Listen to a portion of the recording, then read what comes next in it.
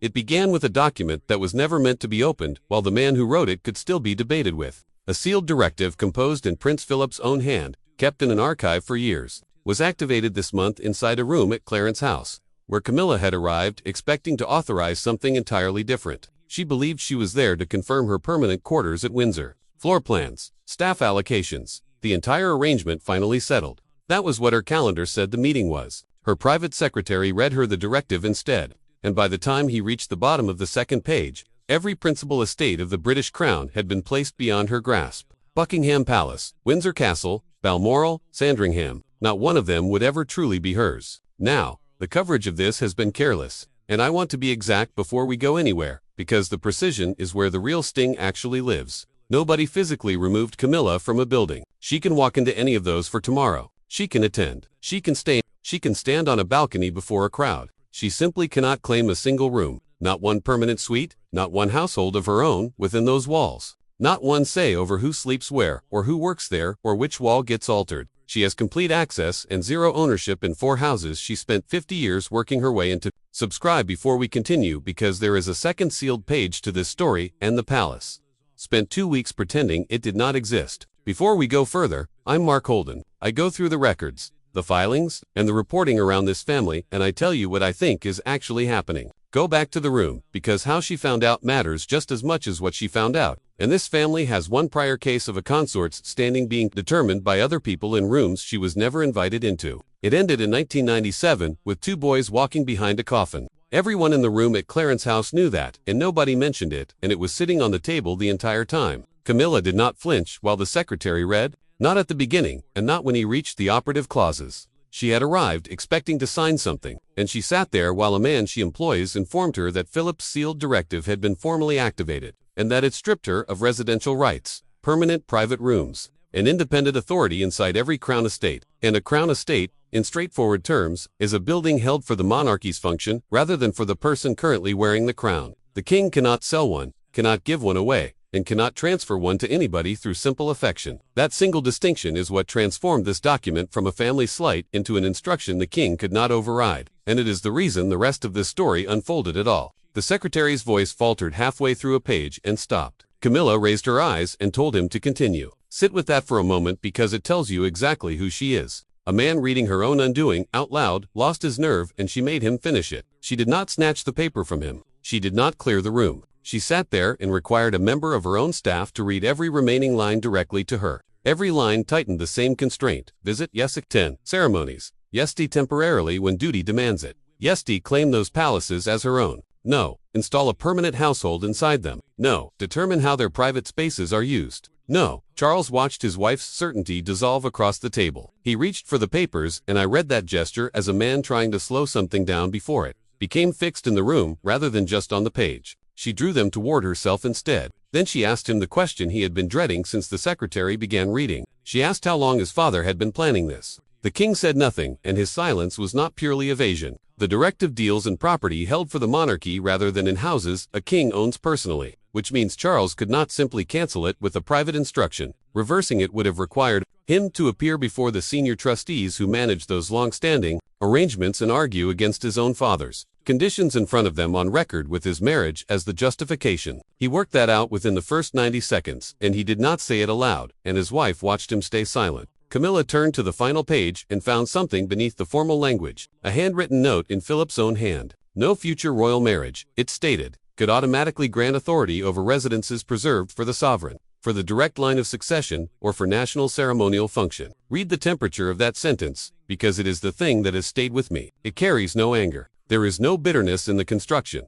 no jab, nothing personal at all. It is the kind of line a man writes when he has moved past feeling upset about something and started solving it instead. Philip was not lashing out at his daughter. He had moved beyond that into architecture, and architecture is colder than anger and endures considerably longer. Then the secretary noticed the numbering was broken. A page was absent from the briefing file. Not misplaced, absent, with the sequence skipping over it, which means somebody had deliberately withheld it from the copy in front of the Queen. Access to that second sealed page had been restricted to 3 people: Charles, Princess Anne, and Prince William. Look at that list. 2 of them are the heir and the man who will follow him to the throne.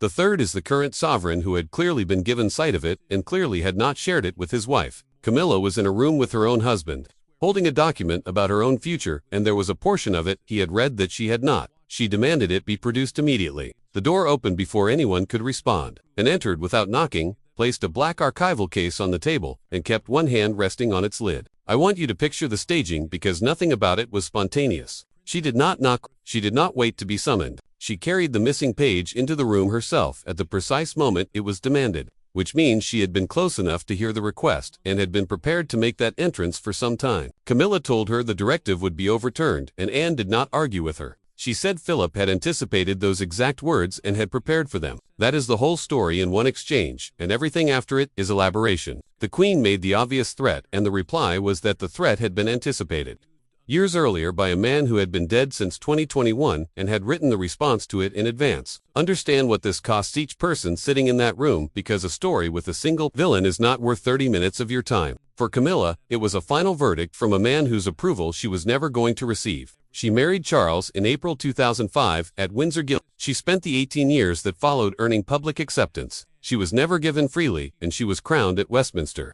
Abbey in May 2023, with the country more or less at peace with her. Then a piece of paper written by her late father-in-law informed her that none of it had secured her a bedroom. For Charles, it reopened the argument he has been having with his own family since the 1980s, which is whether a man in his position is allowed to choose a wife and be taken at his word. And for William and Anne, it created something more difficult than a decision. It created an obligation, either enforce their grandfather's final command or defend the dignity of the reigning king's wife. There is no version in which both are possible, and Philip knew that when he named them. Charles waited until the others had stepped out before speaking to his wife alone. She asked him whether he had always known his father distrusted her. He straightened the document on the table rather than meeting her eyes, and that gesture is the most honest thing he did all day. Then he told her Philip had believed buildings could safeguard the future. Camilla heard the explanation. She found nothing in it that helped. She reminded him how long she had stood beside him, how much hostility she had absorbed, and how many times she had been asked to prove a loyalty nobody ever asked him to prove. And then she asked him whether love had ever actually carried any weight inside that institution,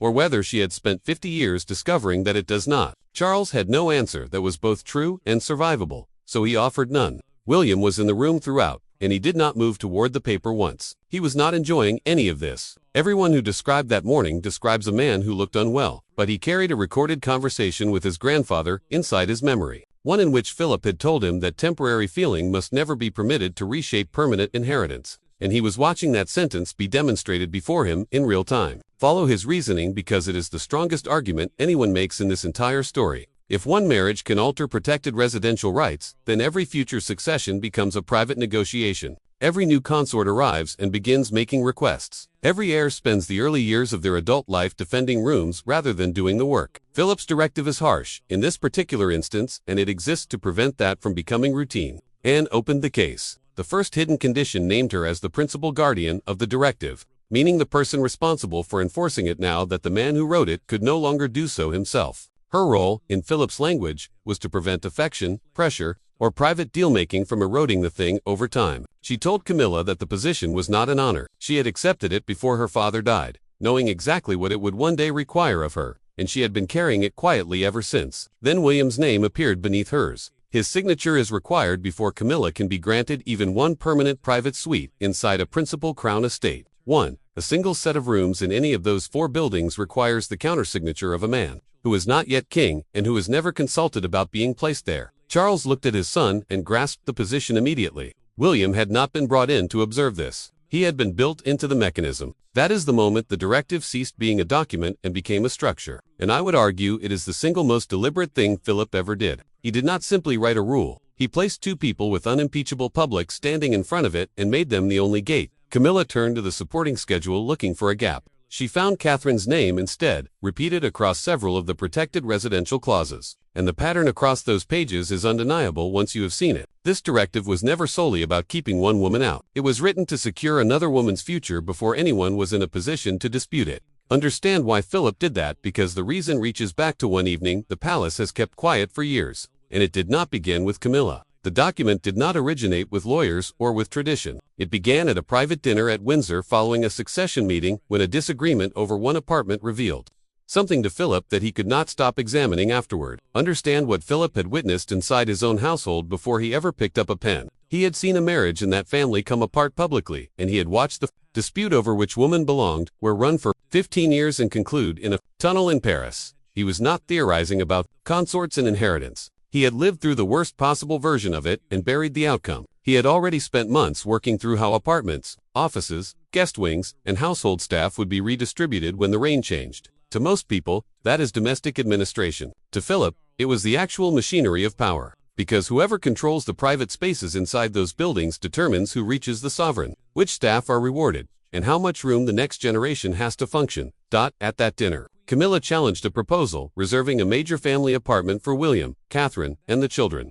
Her argument was not unreasonable on its face. She said the next sovereign's household should settle those matters later, once Charles had actually assumed the throne. She called the reservation premature, and then she used a word that would end up costing her 4 palaces. She described the protected rooms as unnecessary territory being claimed before the new reign had begun. Philip set his glass down and asked her whether she considered the direct heirs to be guests within their own inheritance. He did not raise his voice. Everyone present has said the same thing about that moment, which is that the restraint made it worse rather than better. Camilla replied that Charles had already sacrificed enough and should not come to the throne encumbered by conditions set by the previous generation. She said the future king deserved to build his household free of old restrictions, trailing him from room to room. Catherine said nothing at all. She shifted her chair slightly back from the table, after hearing the apartment described as territory, and that is the full extent of her contribution to the evening, and it is the reason her name, now, it appears throughout a legal instrument governing for palaces. Philip saw it. He also saw William glance at his wife, and then look down at the table. Unwilling to turn a family dinner into a confrontation between his father's future and his own children's security. And that small movement is what persuaded the old man the argument had stopped being about rooms. It had become a question of whether the next generation's footing could be made contingent on somebody else's goodwill. He summoned a trusted aide later that night and dictated the first clause, and it is preserved in a documented account held with his private papers.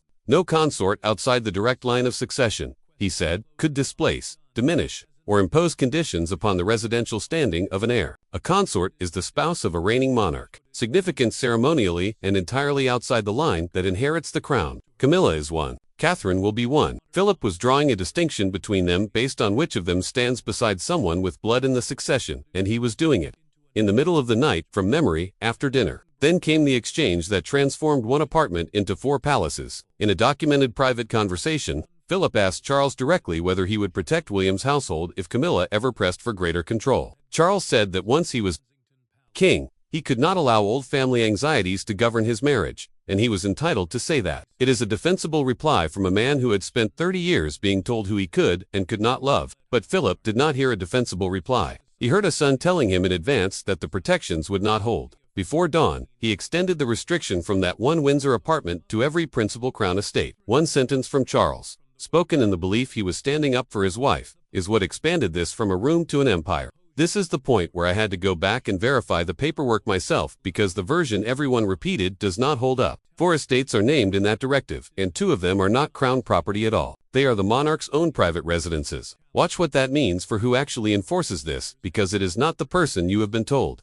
Look at the 4 buildings because the list is doing something nobody in the coverage noticed. Buckingham Palace and Windsor Castle are held by the sovereign in right of the crown. Charles cannot sell them, cannot leave them to anyone in a will, and cannot hand a permanent apartment in them to his wife on his own authority. That portion of the directive is enforceable because the law was already in place before Philip wrote a single word. Balmoral and Sandringham are different, and this is verifiable. Victoria and Albert purchased Balmoral. Victoria bought Sandringham for her son. Both have passed down as the monarch's personal property ever since, which means Charles owns them privately in the ordinary way that you own a house. Ask yourself how a directive written by a man who never sat on the throne reaches into 2 houses that belong outright to the man who does. It cannot, not on its own. Philip had no authority over Charles's private property, and he understood that better than anyone. Those 2 clauses only function if someone currently alive agrees to be bound by them. Someone with the power to decide about Balmoral and Sandringham had to look at Philip's instruction after he died, and choose to honor it as though it were binding. There is exactly one person who could have done that. Charles has not defended his wife in this, because Charles is the reason 2 of those 4 doors are shut. He did not draft the directive. He ratified the portion of it his father could never have enforced. Quietly, before any of this arrived at a table at Clarence's house, and then he sat in that room and let her ask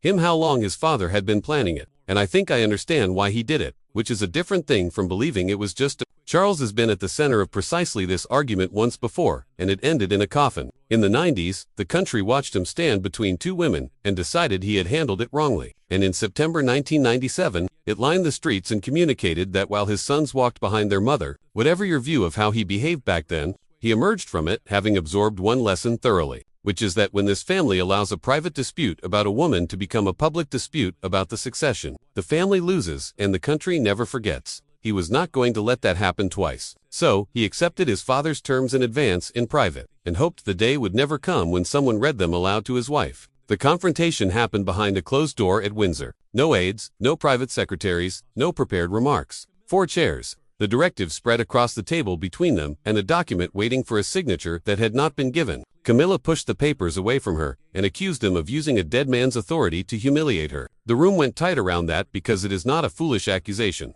It is the strongest thing she says in this entire story. Philip cannot be questioned, cannot be reasoned with, cannot be asked to reconsider, and cannot be shamed by anything that follows. Arguing against him means arguing against a man who holds every advantage. The choice before her was narrow: accept restricted status inside Crown estates or formally contest the directive through the household, the body that resolves disputes over royal buildings. And the second option was a trap which she recognized about as quickly as anyone would. A formal challenge does not remain private. It would have drawn Charles into publicly defending his wife against his own father's final instruction, with the fracture running straight through the heart of the monarchy. While everyone watched, she turned to William first. She told him that withholding an exception would punish Charles more than it punished her, that the king would spend the remainder of his reign watching his wife treated as a visitor. Inside his own houses, it is a precisely aimed argument. She moved past her own interests and placed his father's dignity on the table. And William is the one person in that room who might have shifted for it. He held her gaze and told her that his father's suffering could not become authorization to dismantle protections built for people not yet born. Measured, and it landed like a door closing. He was not rejecting her out of hostility. He was placing inheritance above emotion, out loud and to her face, which is something his grandfather could do with ease, and his father never could. Anne said nothing until Camilla claimed that Philip had never grasped the modern monarchy. Then she moved her chair closer. She said her father had understood it well enough to foresee every person seated in that room, every argument they would make, and every pressure Charles would face. Her voice never rose. It never does. And that is what makes her the most formidable person in that family when she chooses to be. Neither she nor William holds the crown or any part of it. The directive gives them the authority to approve or refuse an exception, and that places to individuals permanently between the Queen and the building she wanted. Camilla demanded the missing second page, and opened the archival case and retrieved a sealed sheet preserved through a documented account attached to Philip's private papers. The first hidden clause is the one I keep returning to because it is genuinely ingenious and genuinely merciless. Any attempt to pressure the sovereign into overriding the directive would automatically activate stronger restrictions.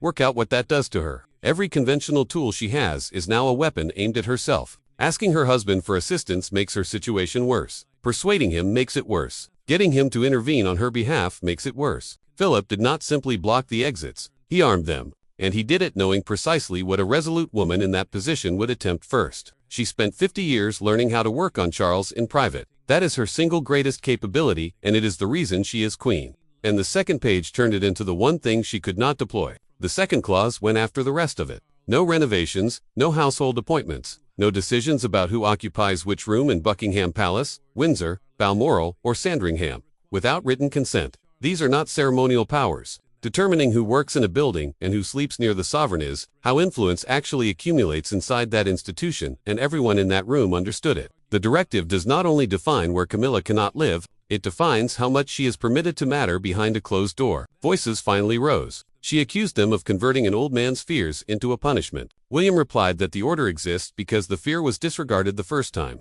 Anne closed the case and told her that not one word on that page had been added after her father's death. Then the door opened and Charles entered. He had heard enough from the corridor and he did not go to his wife, which several people noted and which Camilla certainly noticed. He looked at his son and asked whether Philip had left a personal message explaining why the restriction had to be absolute. He had. Charles took it into a smaller room and read it alone. It carried no legal force whatsoever. It was a letter, and it caused more damage than the directive. Philip had written that his son's devotion to Camilla might affect his judgment in matters involving the succession, particularly where personal loyalty came up against permanent inheritance. Read that as a sentence from a father to a son. He is saying, in writing, to be opened after his death, that he does not trust Charles to choose correctly between his wife and the crown. Not that he disapproves of her, but that he does not trust his son's judgment and has made arrangements accordingly. Charles read it twice and set it down without saying anything. That accusation strikes at the one decision he has defended his entire adult life. He spent 30 years insisting that love and duty could coexist,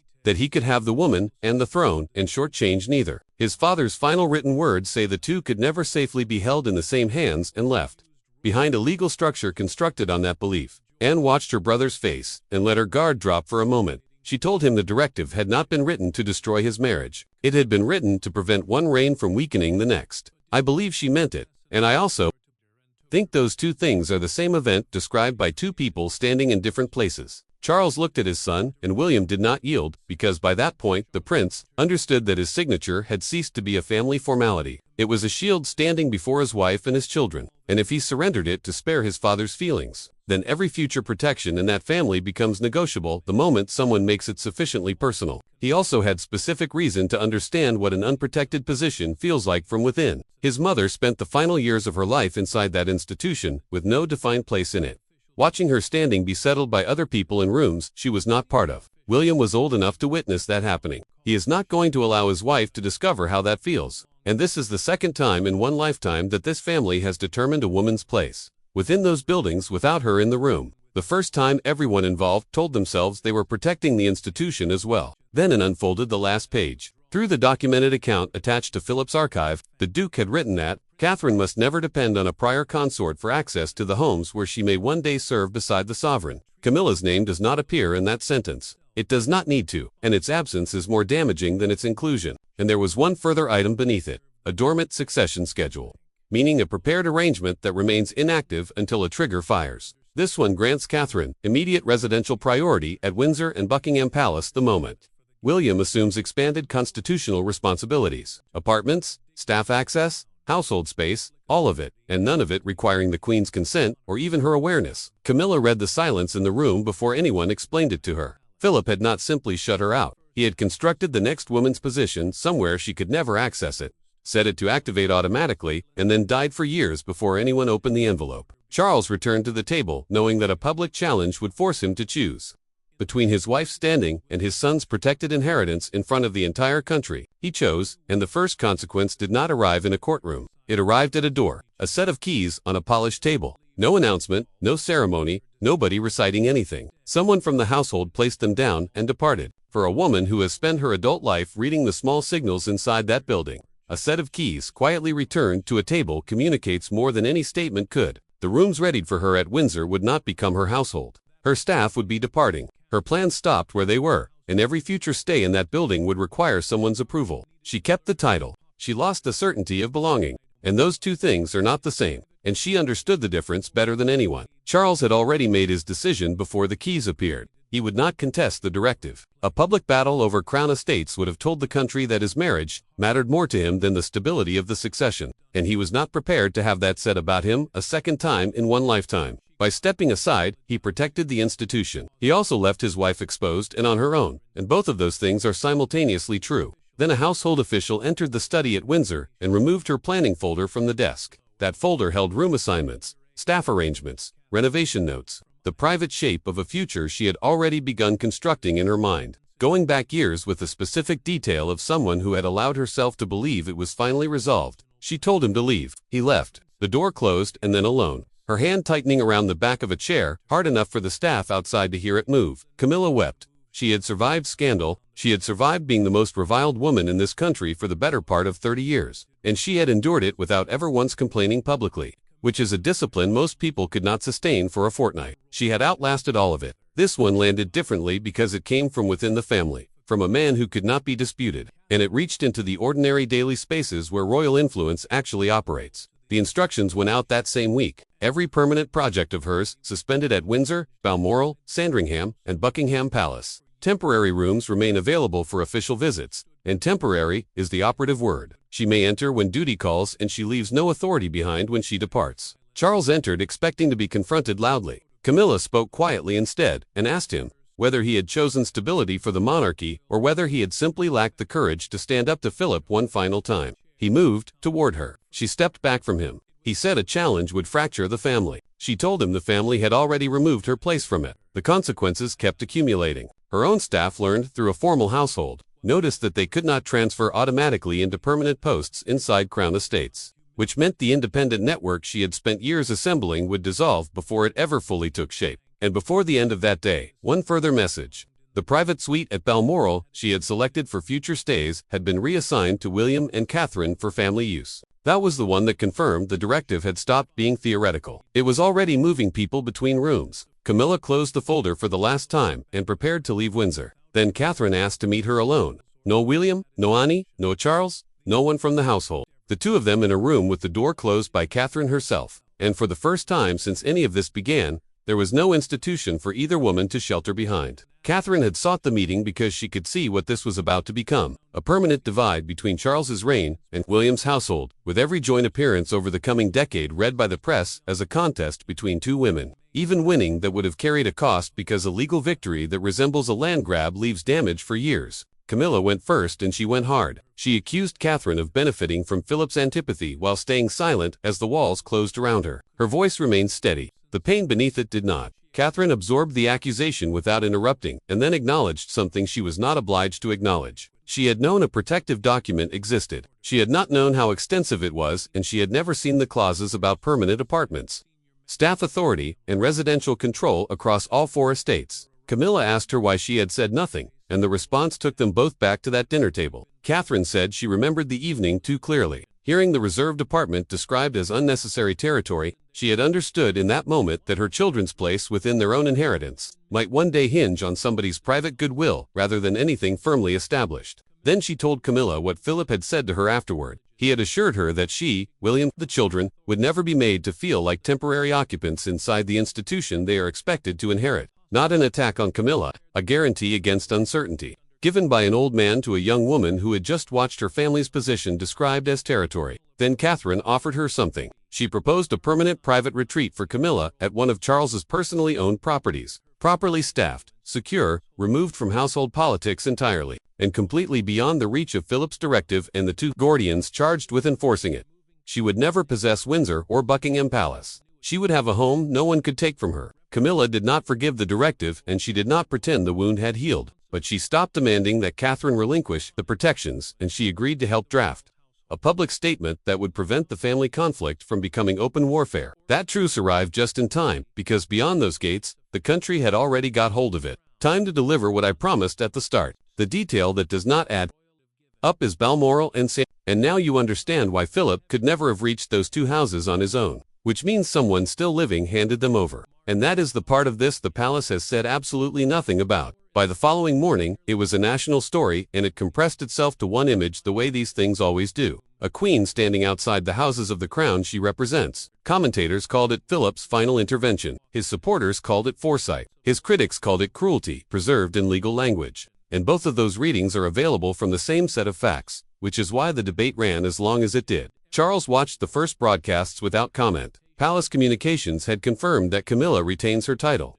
her ceremonial role, and her public standing and holds no independent permanent authority inside any of the 4 principal estates. The country grasped the distinction faster than anyone expected. Presenters began explaining on daytime television the difference between a house the king owns and a house held for the monarchy. And by the second afternoon, that distinction was being debated in places where no one had previously cared about royal property law, because the underlying question is one anyone can answer for themselves: whether marrying someone should be sufficient to give you a permanent claim on what they inherited inside an institution built specifically to outlast every person within it. Camilla read the first official statement alone before releasing it from the building. One sentence in it defended her years of service and cautioned against unfair conclusions. She removed it. In its place, she inserted a line committing herself to respecting the arrangements safeguarding future generations. A small revision, and the entire truce is contained within it. She absorbed the injury and surrendered the counterattack. Then the front pages arrived. One paper ran the darkened gates of Windsor under the headline Philip's Final Order, and beneath it,